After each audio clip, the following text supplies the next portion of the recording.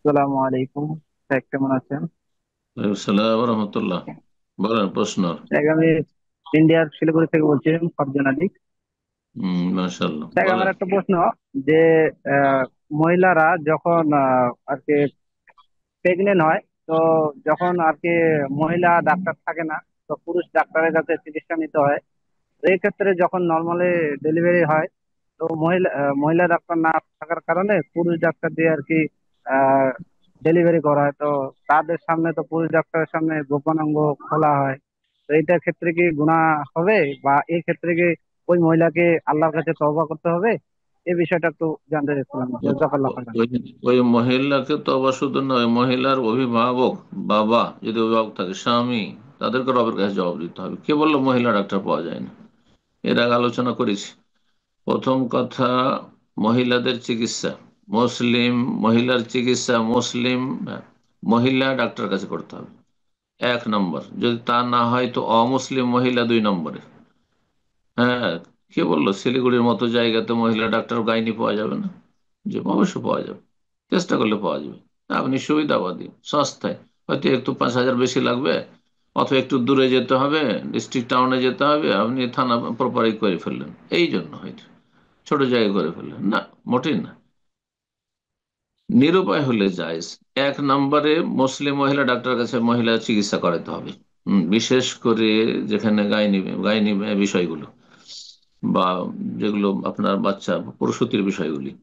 দুই নম্বর হচ্ছে আপনার না হলে অমুসলিম মহিলা ডাক্তার কাছে যেতে হবে। তিন নম্বরে, যদি এই দুটোই না পাওয়া যায়, তিন নম্বরে হচ্ছে তখন মুসলিম পুরুষ ধার্মিক দেখে যেতে হবে, আল্লাহ ভীরু, যে অতটাই সে উন্মুক্ত করবে বা টাচ করবে যতটা জরুরি, তার বেশি নয়। যদি তাও না পাওয়া যায়, চার নম্বর নিরুপায়, তখন অমুসলিম পুরুষ ডাক্তার কাছে যাওয়া যাবে। এটা শেষ অগতির গতি। তো এতদূর যাওয়ার প্রয়োজন, আলহামদুলিল্লাহ মুসলিম যথেষ্ট ডাক্তার হয়েছে, মহিলা ডাক্তার যথেষ্ট রয়েছে। সুতরাং যদি কোথাও মহিলা ডাক্তারের ব্যবস্থা থাকে, তারপরে পুরুষের কাছে মহিলা চিকিৎসা করায়, তাহলে গুনাহগার সে মহিলা হবে, তার আগে তার অভিভাবক হবে তার স্বামী অথবা তার বাবা ইত্যাদি, ভাই। বারাকাল্লাহ ফিক। জি, শুনতে পাচ্ছেন স্যার? আসসালামু জি আলাইকুম। জি। বলেন। জি স্যার, এখন ভালোভাবে শোনা যাচ্ছে? ভাই বলেন আপনি, এটাই বারবার শুনতে থাকতে কেমন করে হবে? জি জি, আমার একটা প্রশ্ন ছিল যে সেখানে হলো যে আমরা জানি যে যদি আমার কাছে 1.5 লাখ, আমার কাছে 1,50,000 টাকা থাকে, আমার যদি এক ছেলে এক মেয়ে থাকে, তাহলে মরার পর তো মেয়ে পাবে 50,000, ছেলে পাবে, মানে ছেলে 1,00,000 টাকা পাবে। কিন্তু প্রশ্নটা হুম। হলো যদি আমার মেয়ের বিয়ের পর, ছেলে 1 লাখ পাবে। মানে আমার এক ছেলে এক মেয়ে যদি থাকে, আমার কাছে যদি 1,50,000 টাকা থাকে, তাহলে তো আমি মারা যাওয়ার পর তো মেয়ে মানে 50,000 পায়, আর ছেলে তো 1,00,000 টাকা পায়। কিন্তু ও আচ্ছা আচ্ছা। সেক্ষেত্রে যদি আমি, জি, আমি যদি মেয়ের বিয়ে দিই, মেয়ের বিয়ে দেওয়ার পর যদি আমার জামার যদি কোনো বিবাদ হয়ে যায়, আমি যদি 1,50,000 টাকা দিয়ে দিই, হুম। সেক্ষেত্রে কি মরার পর এটা কি হবে আর কি, তাহলে কি আর পাবে না মেয়ে? আমার এটা জানতো। না, এটা আপনার মেয়ের হক, এটা জামাইকে দিবেন, ওটা আপনার দান। জামাইকে জামাইকে দিলে আর তারপরে মারা যাওয়ার পরে আপনি আপনার মেয়েকে বঞ্চিত করবেন না, চলবে না। জীবদ্দশায় দিচ্ছেন, আপনি বেঁচে আছেন, জামাইকে দিচ্ছেন, দান দিচ্ছেন। ওই রকমই ছেলে, ছেলে যদি ওরকম কোনো বিপদে পড়ে তো ছেলেকে দিবেন। কথা বোঝা গেছে? আপনি ছেলে মেয়ের মাঝে যখন দুনিয়াতে দেবেন আপনি দান, তখন আপনি সেখানে ছেলেকে দিলে মেয়েকেও দিতে হবে, মেয়েকে দিলে ছেলেকেও দিতে হবে। কিন্তু জামাইকে দিচ্ছেন, জামাইকে উপকার করছেন আপনি, জামাইয়ের কোনো সমস্যার জন্য দিচ্ছেন, সেটা জামাইকে দিচ্ছেন। আর না হলে মেয়েকে দেন। হ্যাঁ, যদি মনে করেন যে আমি মেয়েকে দেবো আর ছেলেকেও দেবো, তাহলে মেয়েকেও দেন, যতটা পরিমাণ মেয়েকে দিবেন ছেলেকে দিবেন। জামাইয়ের আপনার ধন সম্পদের সাথে কোনো সম্পর্ক নাই।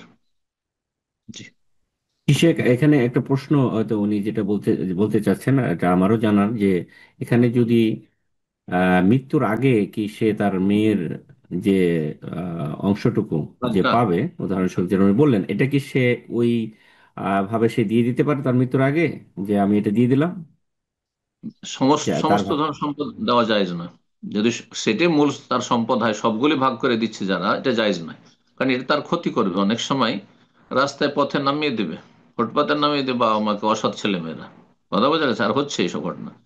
কিন্তু যদি আংশিক কিছু দেয়, হ্যাঁ, যে আমি 2 বিঘা জমি দিয়ে দিলাম ছেলে মেয়েকে, বা 5 বিঘা দিয়ে দিলাম, বাকি আরো আছে আমার কাছে, কিছু দিলাম, কিছু আছে, কিছু টাকা দিলাম, কিছু টাকা আছে, তো জায়েজ আছে। সেই ক্ষেত্রে ছেলে মেয়ের মাঝে ইত্তাকুল্লাহ ওয়া আদিলু বাইনা আওলাদিকুম, আল্লাহকে ভয় করো, ছেলে মেয়েদের মাঝে সুবিচার করো।